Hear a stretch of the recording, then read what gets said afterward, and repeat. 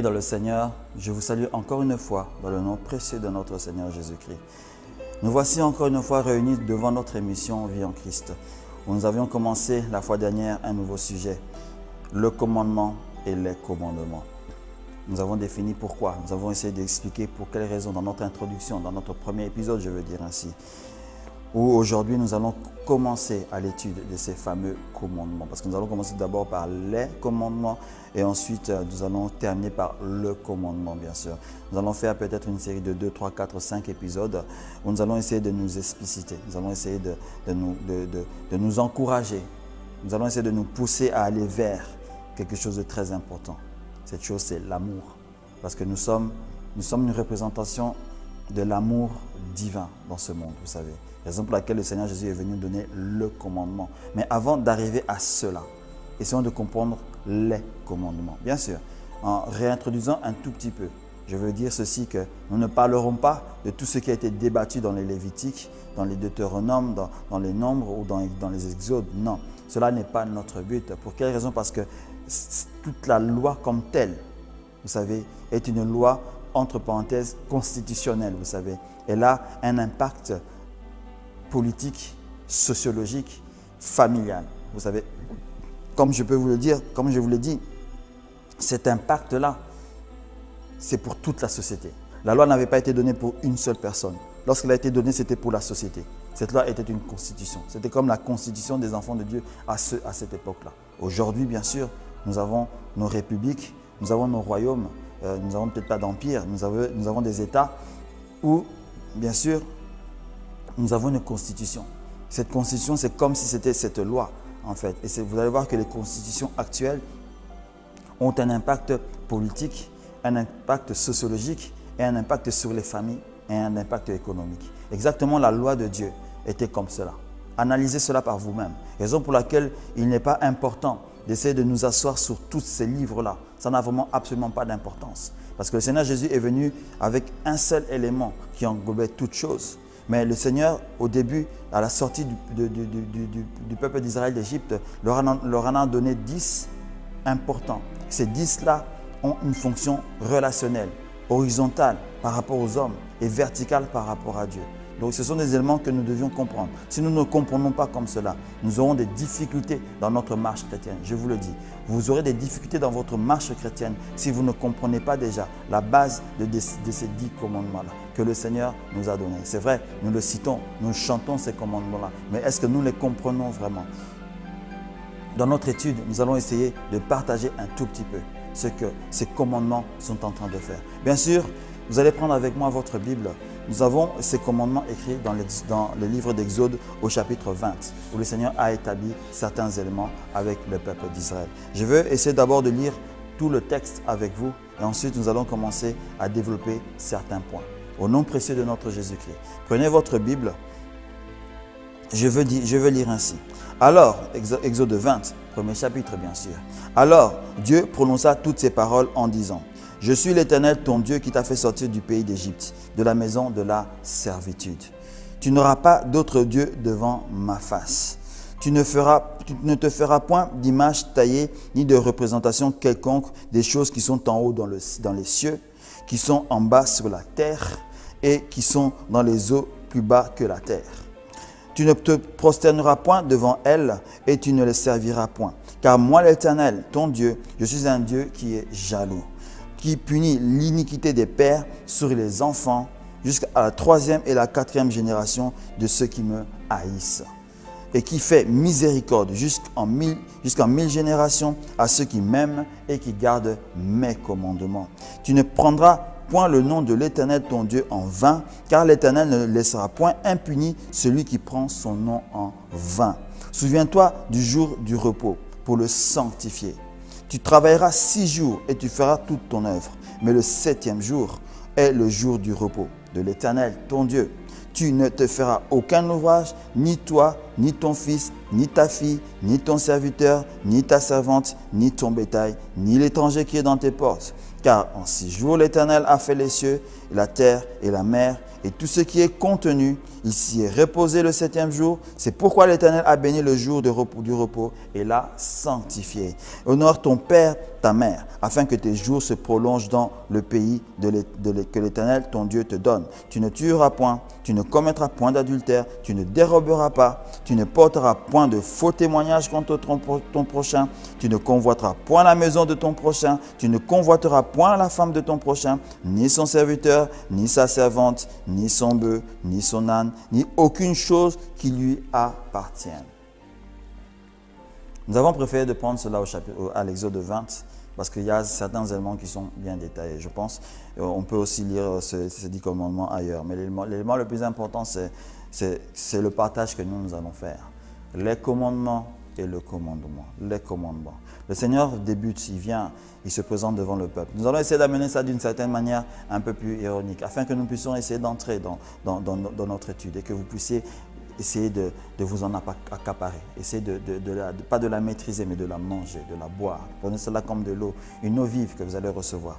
Dans le nom précieux de notre Seigneur Jésus-Christ, que le Seigneur puisse nous ouvrir les yeux dans cette réalité qu'il nous a donnée et qui a donné à nos ancêtres au travers de Moïse. Alors Dieu prononça toutes ces paroles en disant « Je suis l'Éternel ton Dieu qui t'a fait sortir du pays d'Égypte, de la maison de la servitude. Je suis l'Éternel ton Dieu. » Vous savez, le premier commandement, « Je suis l'Éternel ton Dieu. » Je suis l'Éternel ton Dieu. Je suis l'Éternel ton Dieu. Je ne sais pas pourquoi je suis en train de le répéter 3 fois, mais je suis l'Éternel ton Dieu. Vous savez, nous devons réaliser cela, que l'Éternel est notre Dieu, que nous n'en avons pas d'autre. Il n'y a jamais eu d'autre Dieu dans ce monde. Il n'y en aura pas demain, il n'y en aura pas après-demain. Il y en a toujours eu un seul et il restera le même. Et comment il vient, comment il se présente même-t-il? Je suis l'Éternel. Tu dois réaliser que lorsque tu es né, le Seigneur était déjà là. C'est lui qui est la base même de ta vie. En disant que je suis l'Éternel ton Dieu, le Seigneur veut premièrement qu'il y ait une première connexion entre toi et lui. Avant que tu puisses faire toutes choses, réalise déjà cette connexion-là, réalise déjà cette relation-là entre toi et le Seigneur. Il doit y avoir une relation entre toi et Dieu. La première question que je veux poser, que je te pose en ce moment, mon frère, ma soeur, reconnais-tu le Seigneur comme ton Dieu? Parce que vous savez qu'il est facile de dire oui, je reconnais le Seigneur comme mon Dieu. Mais est-ce que j'agis avec ce regard-là, que l'Éternel est vraiment mon Dieu? Parce que vous savez que dans ce monde aujourd'hui, il y a des dieux. Je ne sais pas comment le dire, mais dans ce monde, il y a des dieux. Il y a des dieux dans ce monde. Je dirais des dieux avec des petits dés, mais vous allez me poser la question, mais où sont ces dieux-là? Regardez simplement tout autour de vous. Je ne vous enverrai pas très loin, regardez simplement votre télévision. Regardez simplement tous ces concerts, tous ces éléments de joie qui ont été donnés, toutes ces personnes qui sont, entre parenthèses, idolées. Il y a des personnes qui idolent des personnes de telle manière que ils se disent même que sans cette personne-là, je ne vis pas. Vous savez, on a souvent ce langage, sans toi, je ne peux pas vivre. Il y a des hommes qui ont dit ça à leur femme, il y a des femmes qui ont dit ça à leur mari. Sans toi, je ne peux pas vivre. Et pourtant, l'Éternel est en train de mettre quelque chose devant nous. Je suis l'Éternel ton Dieu, tu n'auras pas d'autre Dieu devant ma face. Tu ne te feras point d'image taillée, autre chose. Vous savez que ces 3 versets englobent quelque chose. Ces 3 versets nous montrent que le Seigneur dit que je suis ton Dieu et que tu n'en as pas d'autre. Tu ne peux pas aduler, tu ne peux pas idolâtrer d'autres personnes. Tu ne peux pas idolâtrer des choses. Tu ne peux pas... Comment je peux dire cela? Regardez les images que nous voyons souvent à la télévision dans des concerts mondains, par exemple. Il y a quand le chanteur est en train de chanter, mais il y a des personnes qui crient, qui pleurent même, qui veulent mourir, qui veulent se donner à cette personne-là qui est en train de chanter. Le premier commandement, c'est l'idolâtrie doit être mise de côté. Vous savez que l'idolâtrie est quelque chose de très, très fort dans ce monde. C'est pratiquement, je peux dire, un péché qui domine dans ce monde. Parce que l'idolâtrie touche toute chose. Essayons de nous expliquer. Il touche toute chose. Lorsque je donne une importance à quelque chose et que j'oublie le Seigneur dans cette chose-là, moi en tant que chrétien, en tant qu'enfant de Dieu, automatiquement j'idole cette chose-là. Cette chose prend de l'importance et elle écarte le Seigneur. Sans le savoir, nous avons ce comportement-là, nous, enfants de Dieu, et le monde en général. Nous avons ce comportement de mettre en première position des éléments qui ne donnent pas la vie, qui n'ont aucune importance par rapport à notre salut. Mais lorsque nous faisons cela, vous savez que ça devient une idolâtrie automatiquement. Lorsque tu mets quelque chose devant ta vie, pour toi, c'est plus... Tu sais, ton propre enfant peut devenir une idole pour toi. Nous le voyons, nous voyons nos comportements quand l'enfant naît, on l'adule, on fait des choses, on se donne. Vous savez que l'idolâtrie n'est pas loin de nous, vous savez. Ce péché-là, il n'est pas loin de nous. Et le Seigneur est en train de voir cela. Vous savez que même si on se dit esclave du Seigneur, esclave de Dieu, nous ne sommes pas ses esclaves dans le sens que le Seigneur ne nous voit pas comme des esclaves. Le Seigneur nous voit comme ses enfants qu'il aime et il veut que nous puissions l'aimer. Lui seul, pas un autre. Pas un autre qui, pas un autre Dieu. Parce que le problème, c'est que nous adorons beaucoup de choses sans le savoir que nous adorons ces choses-là. C'est pas quand tu dis simplement, tu parles avec quelqu'un, ah, je t'adore, toi, tu es vraiment magnifique. Non, ce n'est pas ce que le Seigneur est en train de dire. Parce qu'il y a certaines expressions qui sont dites qui n'ont pas l'impact comme tel dans sa définition réelle. Tu peux dire que ouais, je t'aime, j'aime cette personne-là, j'adore cette personne, il fait des choses en tout cas pas possibles. Mais en disant cette phrase-là, tu n'as pas adoré la personne en te mettant à genoux devant lui. Parce que ce n'est pas que tu lui as donné une importance primaire dans ta vie. Mais il y a des comportements, il y a des choses, il y a des actes que nous posons qui fait que nous mettons le Seigneur en seconde position ou en troisième position. Et là, cet élément que nous avons mis devant lui, ou que ces éléments que nous avons mis aussi devant lui, deviennent des idoles pour nous. On ne regarde pas simplement les images taillées que le Seigneur a dit, parce qu'à cette époque-là, dans le temps de Moïse, jusqu'à aujourd'hui, parce que nous avons des nations qui le font, il y a des statues qui sont adorées. Il y a des nations, je peux vous le citer, l'Inde, la Chine, la majorité des nations asiatiques, entre parenthèses, adorent des statues, adorent des images taillées. Que ce soit d'animaux, que ce soit d'hommes, ils adorent cela. Mais en tant que nous chrétiens, ce n'est pas que tu as pris une effigie, tu l'as mis sur ton mur là, avant que tu puisses aller dormir, tu te mets à genoux devant cette effigie et tu commences à prier. Non, on ne le fait peut-être pas. Alors où est notre idolâtrie? Parce que dans notre partage, nous voulons comprendre où est notre idolâtrie. Quand ton pasteur est devenu la première personne la plus importante de ta vie, à part le Seigneur, sais-tu que ton pasteur est devenu ton idole? Ton pasteur est devenu ton Dieu automatiquement. Et c'est un danger non seulement pour lui, mais pour toi aussi. Parce que au lieu de te retourner devant le Seigneur qui t'a créé, parce que le Seigneur est en train d'établir une relation directe avec toi, toi tu préfères réaliser une relation directe avec un être qui ne peut pas te donner la vie. Parce que ce n'est pas ton pasteur qui te donne la vie, c'est le Seigneur qui te donne la vie. Le pasteur, ton enseignant, est un instrument pour le Seigneur. Mais il ne représente pas Dieu. Sur cette terre, peut-être, oui, mais il n'est pas ton Dieu. Ton Dieu, il est là-bas dans l'invisibilité, que tu dois prier chaque nuit, chaque soir, que tu dois honorer, que tu dois louer.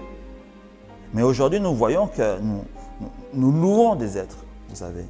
Nous disons des choses que nous devions dire au Seigneur, mais nous leur disons à eux. À une certaine époque, vous êtes peut-être témoin en Afrique, où on adorait les présidents.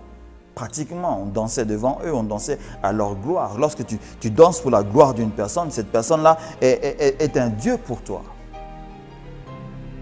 Tu te dis, chrétien, non, moi je suis un chrétien, moi je ne danse pas pour les personnes en autre chose. Oui, tu le dis, je crois, je te crois.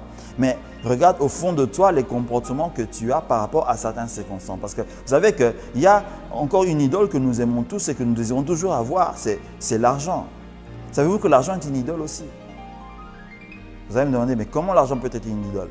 On est tous après lui. Ça paraît bizarre, mais on est tous après l'argent. Raison pour laquelle la Bible, Jésus te dit et nous dit que l'amour Il dit bien l'amour de. Parce que moi, si j'ai l'amour de Dieu en moi, comment pourrais-je faire le mal? Mais il dit que l'amour de l'argent est la racine de tout le mal. Parce que l'amour a été donné dans l'argent. Le fait de poursuivre cet élément-là, d'en avoir, d'en amasser. Quand tu cherches que tu n'arrives plus à en amasser, mais qu'est-ce que je dois faire pour en amasser encore plus? Tu vois qu'il faut tricher, tu vois qu'il faut faire ceci, qu'il faut même peut-être tuer, tu tues. Ouais, l'argent, c'est une idole. On l'appelle même maman. On le dit, non? La Bible nous le dit, on l'appelle maman. Il y a ce Dieu qui est derrière. On partagera cet élément-là parce que c'est un mystère. Parce que vous savez que l'argent comme tel, même si la Bible nous dit que l'or et l'argent m'appartiennent, Dieu ne parlait pas de ces billets que nous tenons. Non, il ne parlait pas de ça. L'argent a été introduit dans ce monde. Nous n'allons pas entrer dans les éléments historiques et autre chose. Mais la présence de l'argent dans ce monde n'était pas un prérequis pour le Seigneur. Pour ce qu'il avait fait quand il avait créé Adam et Ève et qu'il a dit multipliez-vous, remplissez la terre. Vous croyez que l'argent était une souche que Adam et Ève devaient rechercher. Les hommes ont commencé à rechercher la richesse. Vous savez que la richesse est un Dieu. J'ajoute encore un autre élément. La richesse est un Dieu parce que nous la poursuivons d'une manière pas possible. Toute personne, toi, moi, ton frère, ta soeur, on poursuit la richesse d'une certaine manière. Mais quand tu poursuis cette richesse, tu la poursuis pour qui? Si tu la poursuis pour toi, sache que cette richesse est un Dieu pour toi. Mais si tu la poursuis pour le Seigneur, pour l'œuvre du Seigneur, alors là, c'est autre chose. Je ne suis pas en train de dire ici que le fait que vous travaillez, vous devez travailler et donner tous les éléments dans l'église et autre chose. Non, ça, c'est un autre débat. Parce que là, le Seigneur ne se présente même pas là. Parce que le Seigneur te dit que tu dois travailler, tu dois manger à la sueur de ton front. C'est-à-dire qu'il te permet de faire cela, il te permet de gagner quelque chose. Mais quand tu as un trop-plein, te souviens-tu qu'il y a une maman qui est à la porte ou il y a une maman qui vit juste à côté de toi qui n'a pas mangé hier? Il y a un enfant qui ne réussit pas à payer ses études parce que son père ne travaillant pas, ne peut pas lui payer ses études, mais toi tu as un surplus que tu es en train de conserver. Tu dis que non, je ne peux pas lui donner, c'est moi qui l'ai gagné. Mais sais-tu que ce surplus en ce moment-là devient ton Dieu? Vous voyez, quand on commence à développer cet élément-là, lorsqu'on voit que notre vie est tournée vers nous-mêmes, parce qu'à une certaine dimension de la vie, on est une idole pour nous-mêmes. Et lorsqu'on devient une idole pour nous-mêmes, tous les éléments qui nous entourent deviennent des idoles parce que l'argent, tu voudras accaparer cela, la richesse, tu voudras accaparer cela, ta famille, tu veux t'accaparer, tu veux tout pour toi. Toutes ces choses que tu aimes, que tu mets tout ton amour là-dedans, deviennent automatiquement des idoles devant toi. Et si tu es un chrétien, sache qu'en faisant cela, tu as écarté le Seigneur. Tu as vraiment écarté le Seigneur à 180 degrés. Dans le sens qu'il n'était même plus devant toi, tu l'as mis derrière toi. Essaie un peu de réfléchir sur ce que nous sommes en train de partager aujourd'hui. Revois ta manière de te comporter, ta manière de discerner les choses, de regarder les choses. Parce que vous savez, regardez comment le Seigneur Jésus a marché sur cette terre. Vous allez voir qu'il n'a pas cherché à s'accaparer des éléments. Déjà, tous les éléments lui appartiennent. Vous savez, même le diable, lorsqu'il est venu, lorsqu'il a tenté, il a dit, écoute, il amène au-dessus de cette montagne-là, il lui montre tous les royaumes du monde. On a bien dit tous les royaumes de la terre. Et il dit, ça c'est à moi, c'est à moi, c'est à moi, c'est à moi, c'est à moi, c'est à moi. Tu te prosternes, je te le donne. Ouais, souvent, Jésus il dit, écoute, tu veux que je prenne ça. Ok, je sais que c'est à toi, mais je ne me prosternerai pas devant toi parce que je n'ai qu'un Dieu et je me prosternerai que devant le Seigneur Dieu. Malheureusement, aujourd'hui, que ce soit dans la musique, que ce soit dans le business, que ce soit je ne sais pas, dans tout un tas d'éléments, le diable présente aux hommes la richesse. Ah oui, il nous le présente. Et on se met à genoux devant cela. On se met en fait à genoux devant lui pour recevoir ces choses-là. Le fait que tu vas ou qu'une personne va chez un féticheur parce qu'il veut devenir riche, qu'est-ce qu'il est en train de faire? Il est en train de se mettre à genoux devant le diable. Comme ceux qu'on dit, excusez-moi d'une manière donnée, il a vendu son âme au diable. La vente de l'âme, cette vente-là, en fait, c'est quoi? Tu t'es simplement prosterné devant lui. Tu le reconnais comme ton Seigneur, tu le reconnais comme ton Dieu. Alors, comme cadeau ou comme je ne sais pas quoi, je peux dire, il te donne ce que tu lui as demandé. Mais attention, lorsque le diable est en train de donner, sache qu'il te donne 10 €, mais il va t'en prendre 100. C'est juste une manière de rire, mais c'est pour vous faire comprendre que lorsqu'il te donne quelque chose, lui, il cherchera à prendre ta vie pour la détruire. Le Seigneur, au contraire, ne le fait pas. Le Seigneur, lorsqu'il donne, il donne sans commune mesure. Il ne te demande pas de sacrifier tel ou tel élément. Il te donne avec son amour. Comme cela, il ne te redemande rien d'autre. Raison pour laquelle on dit que lorsque le Seigneur fait un don, il ne s'en répand pas. Mais le diable, lorsqu'il donne un don, il s'en répand déjà. Il dit que non, je lui ai donné cet élément-là. Non, il va voir. Je vais voir comment je vais causer un élément pas possible. On a des témoignages, il y a des personnes où le diable leur a dit, entre parenthèses, en fait, quand ils se sont présentés, c'est les féticheurs ou toutes ces choses de magie, tu veux devenir ceci, tu veux devenir cela, donne-moi ton premier fils. Donne-moi tel élément. Sacrifie cet élément-là. Et tu penses, et il y a des gens qui ont fait cela. Il y a des gens qui ont tué des membres de leur famille, on le sait, pour arriver à un certain niveau, à un certain degré de richesse. Vous savez qu'on le dit aujourd'hui, on le dira toujours. Dans ce monde, vous n'allez peut-être pas croire la phrase que je vais vous donner, mais vous devez savoir qu'elle est vraie. Tu peux devenir riche soit avec le Seigneur, soit avec le diable. Pour te dire que tu ne peux pas devenir riche par toi-même. Cela est impossible. Ce n'est pas ton intelligence qui va te rendre riche. Parce que si tu deviens riche, tu dois savoir qui es-tu en train de servir. Parce que lorsque tu sers le diable, il va t'aider dans cette richesse que tu vas avoir. Mais il sait que tu es son pion. Le Seigneur, c'est d'une certaine manière un peu la même chose. Quand tu es avec le Seigneur, il te donne l'intelligence de faire les choses. Le Seigneur aussi a un but parce qu'il va t'utiliser pour son royaume. Donc tu deviens riche parce que le Seigneur t'aide aussi à devenir riche. Tu suis ses principes et autres, il te rend riche. Donc tu peux devenir riche dans ce monde qu'avec le Seigneur ou tu peux devenir riche dans ce monde qu'avec le diable. Sachez qu'on le dit encore, il est encore le maître de ce monde. Ce monde lui appartient encore. Le monde n'appartient pas encore à nous les enfants de Dieu, à nous les fils comme tels. Non, ça va venir. Regarde bien, Jésus était descendu sur cette terre. Le Seigneur Jésus était le Dieu qui a créé toutes choses. Mais le diable s'est présenté devant lui en le transportant et a osé lui dire que non, tout ceci m'appartient. Et le Seigneur Jésus n'a pas refuté cela. Attention, le monde que tu es en train de voir, même s'il est notre héritage, appartient encore à l'ennemi. Donc ça veut dire que si tu veux devenir riche dans ce monde-là, tu dois forcément faire un pacte avec lui. Mais je ne dis pas que toutes les personnes qui sont riches ont fait des pactes avec l'ennemi. Non, je ne suis pas en train de dire cela. Mais simplement, sachez qu'il y a deux voies pour devenir riche. Soit tu fais un pacte avec le Seigneur Dieu, soit tu fais un pacte avec l'ennemi. Il n'y a que ces voies-là pour lesquelles tu peux devenir riche. Et souvenez-vous de cette prière. Ne me donne pas autant de richesse, sinon je vais t'oublier. Parce que vous savez que la richesse devient un Dieu qui te détruit, qui t'accapare, qui te prend. Ça te prend. Hein, vous savez que la richesse te prend. Quand tu ne sais pas comment la rediriger, elle peut t'écraser. Parce qu'elle va t'ôter de la voie du Seigneur. La richesse ôte de la voie du Seigneur lorsqu'on ne sait pas comment la canaliser. Pour ça, la demande aujourd'hui, bon, est-ce que je suis riche pour Dieu ou est-ce que je suis riche pour moi-même? Parce que si tu es riche pour toi-même, ça veut dire que tu es aussi riche pour le diable. Sache que ta richesse est une idole. Si tu es riche pour le Seigneur, ta richesse ne sera pas pour une idole. Pourquoi? Parce que tu vas utiliser cette richesse. C'est vrai que tu vivras correctement, mais pour l'œuvre du Seigneur. Parce que notre but, c'est l'œuvre de Dieu. Notre but, c'est l'œuvre du Seigneur jusqu'à ce qu'il puisse retourner et qu'on établisse son royaume, qu'il établisse son royaume et on y va. Quoi. Parce que là, pour le moment, ça ne sert absolument à rien d'être comme Bill Gates. Vous savez que Bill Gates mourra, mais il laissera cette richesse-là. Qui la prendra? Vous croyez que ce sont ses fils? Il ne faut pas se méprendre dans certains éléments. Analyser les éléments, analyser les concepts. Tu peux t'enrichir, de t'enrichir et de t'enrichir.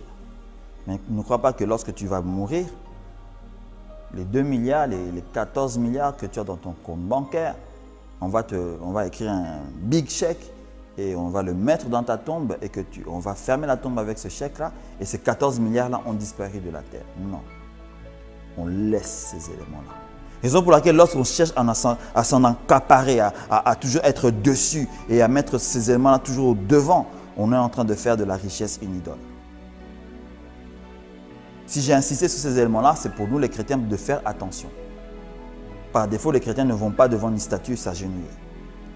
Donc je ne prendrai pas ce que ce verset a défini, ne fait pas d'image, de représentation, autre chose. Ça ne nous impacte pas directement.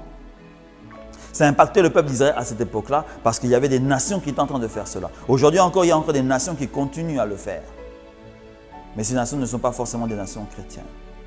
Mais toi qui es un chrétien, tu ne fais pas une image taillée et tu ne te mets pas à genoux devant cela. Mais faites attention si, parce que nous l'entendons, nous le voyons, nous sommes témoins de certaines choses. Ne prends pas l'image de ton pasteur pour prier devant. Parce que ton pasteur a une certaine puissance, entre parenthèses. Il risque de devenir ton Dieu. Et là, tu es de côté. Parce que chaque fois que tu mets quelque chose d'important devant le Seigneur, sache qu'il y aura un esprit qui se présentera derrière cet élément que tu sembles si important. Et c'est de cet esprit-là qu'on se met à genoux. La richesse est connectée à l'argent. La richesse est connectée à Mammon. Et Mammon, c'est un ange puissant, un Dieu puissant, entre parenthèses, dans ce monde, qui régit ces éléments de la richesse-là. Lorsqu'on cherche toujours à s'accaparer de la richesse et à toutes ces choses-là, on se met à genoux devant lui et on est en train de le servir. Raison pour laquelle Jésus a dit que non, faites attention. On ne peut pas servir Dieu et Mammon en même temps. Cette parole, souvent, on ne la considère peut-être pas. Mais pourquoi a-t-il parlé de Mammon lorsqu'il a parlé de l'argent? Je ne dis pas le fait que tu as ton billet de 10 € dans ta poche ou de 10 $ dans ta poche, que tu as un Dieu dans ta poche. Non, ce n'est pas ce que j'ai dit. Ce que j'ai dit, c'est ceci, l'amour de.